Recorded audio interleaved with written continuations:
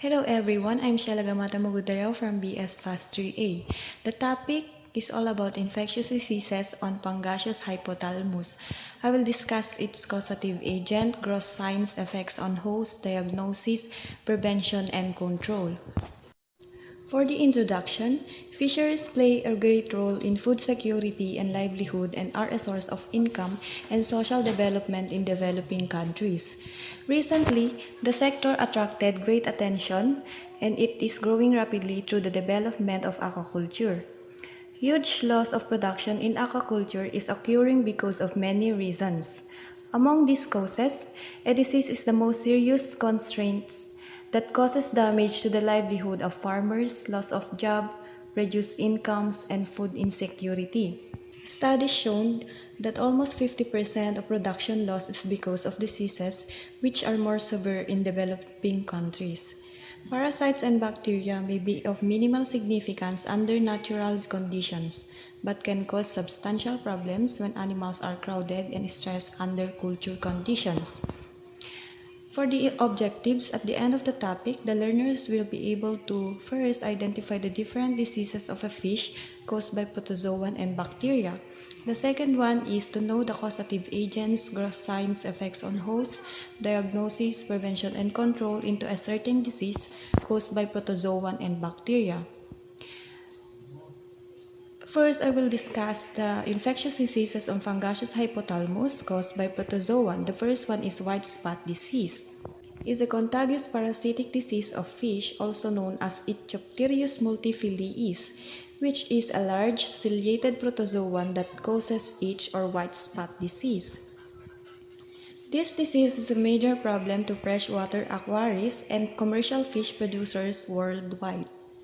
Its transmission occurs by cohabitation with infected fish. The causative agent is Hypophthalmus multifiliis. The main clinical sign is the presence of white spots on the fish surface including skin, fins, eyes, buccal cavity, and gills. In the later stage, small white cysts will start to appear over the fish including the gills. These are roughly the size of a grain of salt. As you can see on the figure 1, it shows the occurrence of Hypophthalmus in Pangasius hypothalamus. The effects are the illness is first detected through behavioral changes in the fish. Fish will often be seen to rub themselves against stones as the parasite enters the skin. Disoriented swimming close to the surface or staying close to the bottom and tightly folded fins also occur. Diagnosis. Hypophthalmus diagnosis is made based on microscopic observation of tropons within the host skin and microscopic analysis of fresh mounted material between a slide and a cover slip. Prevention and control. To stop the parasite from being released, zinc-free machine is used in the pond about 0.1 ppm. Instructions on the use must be followed carefully to prevent toxicity. To prevent the disease, it is advised to quarantine new fish for 2 weeks before introduction. The second one is trichotillomaniasis. Trichotillomaniasis is one of the major diseases found in fish worldwide. However, little is known regarding the effects of parasitism according to the life stage of the host in captivity. Trichotillomaniasis is one of the major diseases that occurs in aquaculture. It affects the production of several fish species throughout the world and has deleterious. Its causative agents is Trichodina reticulata. The gross signs are color of the gills turn pale and there is a creamy coating due to excessive mucus secretion, as you can see in the figure 2. Effects on host. Heavily infested fishes gradually become sluggish and lose weight. Skin and gill damage, respiratory distress. Hyperplasia and respiration process also hampered. Diagnosis is easily made by microscopic observation of the highly motile spinning protozoan in a wet mount preparation of skin scrapes or gill tissues. When abundant, the organisms may be visible gliding on the skin surface with the naked eye. Genus and species identification require microscopic examination of the shape and arrangement of the denticles on the chitin disc surrounding the mouth of the parasite. Prevention and control. Therapeutics. Sodium chloride bath treatment at 2 to 3% till the fishes are stressed. Potassium permanganate treatment at 4 ppm in pond. Formalin bath treatment at 100 ppm with aeration. The third infectious diseases caused by protozoan is the velvet disease. It is also known as rash disease. Due to the red discoloration, the parasites impart to the affected body, fins, or gills. Infestations of the gill tissue cause epithelial hyperplasia and fusion of the lamellae resulting in secondary hypoxia and osmoregulatory compromise. The parasite has finger-like projections that penetrate the epithelial cells and act as holdfast organs and obtain nutrients from the cells. Causative agents is Odynium pilularis. Growth signs. Appearance of a velvety film on the skin that resembles gold or rust-colored dash. The film may be difficult to see. The parasite is most often seen on the fins and gills, as you can see in the figure 3. It shows the infected by velvet disease. The effects on host is scratching body against hard objects. As the disease progresses, the fish becomes lethargic, fins are held close to the body, appetite is reduced, and the fish loses weight. A key symptom is difficulty breathing resulting in rapid gilling. Diagnosis. It can appear very similar to white spot disease. A correct diagnosis is critical to successful treatment. Copper sulfate is the treatment of choice. Atabrine is another medication that can be used to treat velvet. Prevention and control. The first one is to check and monitor your water condition and adjust if necessary. Test for factors like pH, temperature, chlorine, ammonia, nitrite, and nitrate levels. Do a 30% to 50% water change. Quarantine any new fish for 10 to 14 days to ensure they are healthy and will not bring in any parasites from external sources. Infectious diseases on Pangasius catfish caused by bacteria. The first one is enteric septicemia of catfish, known as hole in the head disease. ESC has become one of the two most significant diseases of economic significance in the catfish industry. Enteric septicemia of catfish may be mild, chronic, or acute. Its causative agent is Edwardsella ictaluri. Growth signs. Clinical signs are petechial hemorrhage or inflammation in the skin under the jaw. On the operculum and belly, hemorrhaging often becomes so severe that the skin is bright red. The kidney and spleen are hypertrophied while the spleen is dark red. Inflammation occurs in adipose tissue, peritoneum and intestine, and the liver is either pale or mottled with congestion. In the figure 4, you can see the Pangasius catfish infected by Edwardsella ictaluri. Effects on host. Infected fish often show lethargic swimming, abnormal behavioral alternating listlessness, and chaotic swimming, disorientation, and swimming in spirals. A loss of appetite and protruding the head from the water are also seen. Diagnosis. ESC infections can sometimes be controlled or managed by offering feed containing the following antibiotics: terramycin, romet, or aquaflor as antibiotic feeds. A few strains of Edwardsella ictaluri have been identified that are resistant to both romet and terramycin. Prevention and control. Reducing stress using proper nutrition and feeding practices, and administering drugs and chemicals correctly. The most common advice given for the prevention of bacterial disease in fish is to avoid stress. The second one is bacillary necrosis of Pangasius. It's a serious and economically important bacterial infection. The disease occurs in all ages of fish, although high mortalities are reported in fingerlings and juvenile fish. Its causative agent is Edwardsella ictaluri. Growth signs. Clinical signs are encountered immediately before death. Hemorrhage on eyes and fins bases, white spots on kidney, spleen, and liver, some cellular necrosis. In the figure 5, it shows the infection of Edwardsella ictaluri in Pangasius, showing numerous white spots on the kidney, spleen, and liver. Effects on host. Outbreaks decrease production and increase costs associated with treatment and high fish mortalities. BNP shows few external signs at the beginning of the infection. Clinical signs are encountered immediately before death. Diagnosis. Fish swim slowly at the surface of the water and when examined, show pale color on the skin and gills and internal white spots on the liver, kidney, and spleen. Prevention and control. Careless treatment has unfortunately resulted in antimicrobial resistance in Edwardsella ictaluri treated with oxytetracycline or sulfonamides. Further studies are needed to establish the status of antimicrobial resistance and the transfer of genetically mobile antibiotic-resistant genes in Pangasius farming environments.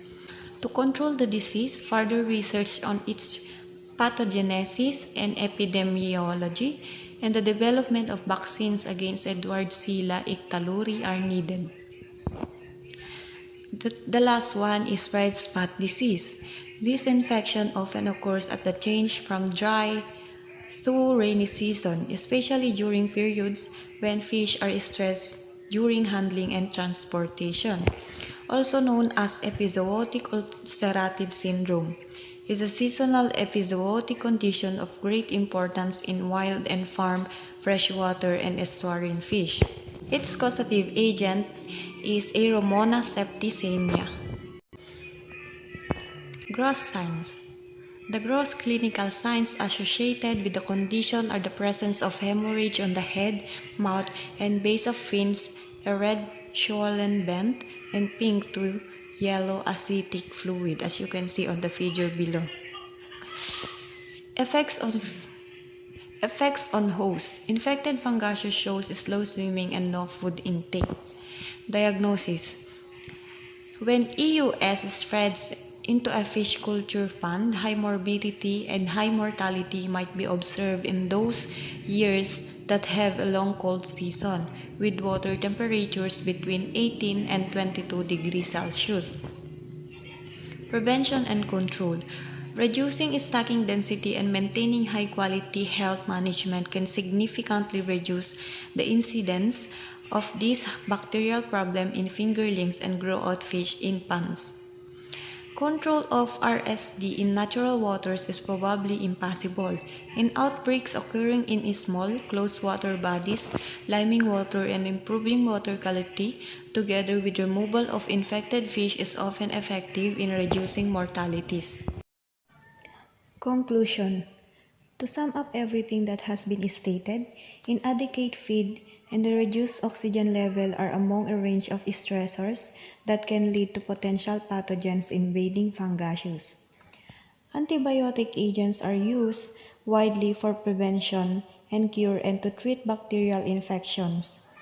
But if water quality is too low or stocking density too high, the fish can once again become infected. When antibiotic agents are not applied properly, the fish could also be harmed by residue, which would then result in final products of poor quality.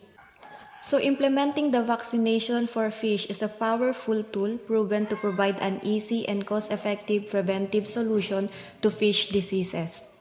Vaccines, in addition to reducing antibiotic dependence and the severity of losses incurred due to diseases, are known to improve for fish health, reduce disease outbreaks, and provide long-lasting protection against diseases, while leaving no harmful residues in the product or the environment. More importantly, vaccines do not have any side effects in terms of inducing pathogen resistance compared to antibiotics. However, once a disease outbreak occurs, the application of vaccine is pointless. Good aquaculture practices are key to limiting the spread of disease. Here is a short video about the vaccination of Pangasius.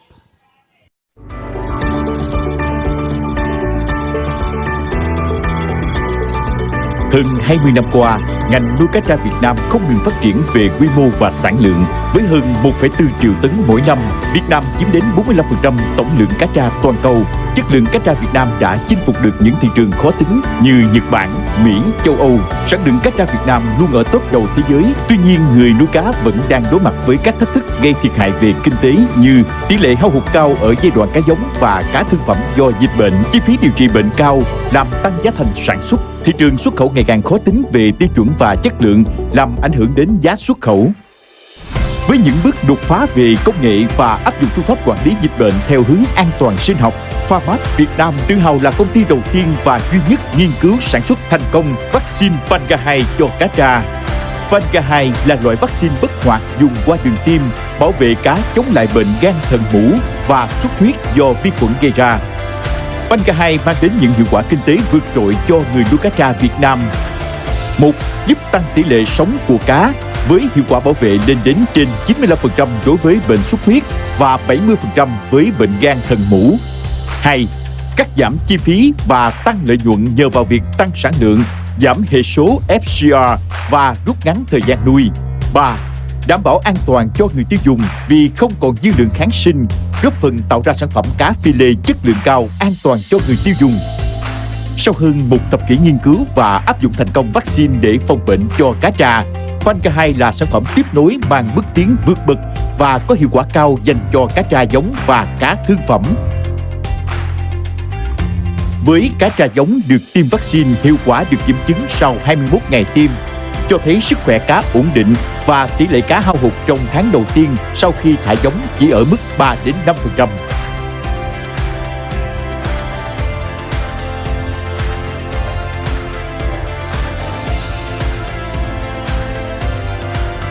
Bên cạnh việc phòng bệnh cho cá giống, Pharmat còn không ngừng nâng cao quy trình chăm sóc đánh giá sức khỏe cá trước và sau tiêm vaccine tại ao thương phẩm. Kết quả sau 6 tháng nuôi, tỷ lệ sống của cá thương phẩm tăng 10 đến 15%, cá phát triển khỏe mạnh và thời gian nuôi được rút ngắn 25 đến 30 ngày, giúp giảm chi phí thức ăn cho người nuôi cá.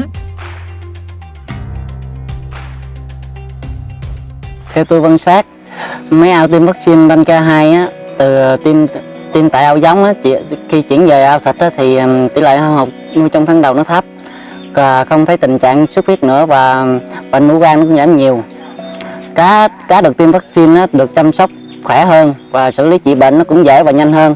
Đàn cá được tiêm vaccine á, thì nó ăn mạnh hơn và mau lớn, giúp đàn cá trong bầy á, thì nó đều bầy. Tôi rất thích mua cá ở các ao được tiêm vaccine bởi vì đảm bảo chất lượng ở các thị trường khó tính như Mỹ và châu Âu. Và khi nhập cá, tôi rất yên tâm về chất lượng thịt và cá rất là đều size và dễ chế biến tạo hình. Với đội ngũ kỹ thuật tận tâm và năng động, Pharmat Việt Nam luôn đồng hành cùng người nuôi để bảo vệ sức khỏe đàn cá thông qua việc chăm sóc, chẩn đoán và đề xuất giải pháp phù hợp như tư vấn xử lý nước, ổn định môi trường ao nuôi trước khi tiêm, giám sát quá trình tiêm vaccine giúp cá phục hồi tốt sau tiêm, đánh giá và chăm sóc sức khỏe đàn cá, kiểm tra môi trường nước ao, hỗ trợ chăm sóc 3 tháng sau khi tiêm vaccine. Pharmat tin rằng với những nỗ lực trong việc cải tiến chất lượng sản phẩm và nâng cao giải pháp về dịch vụ kỹ thuật đồng hành cùng người nuôi sẽ giúp ngành cá tra Việt Nam giữ vững vị thế trong thị trường cá tra thế giới.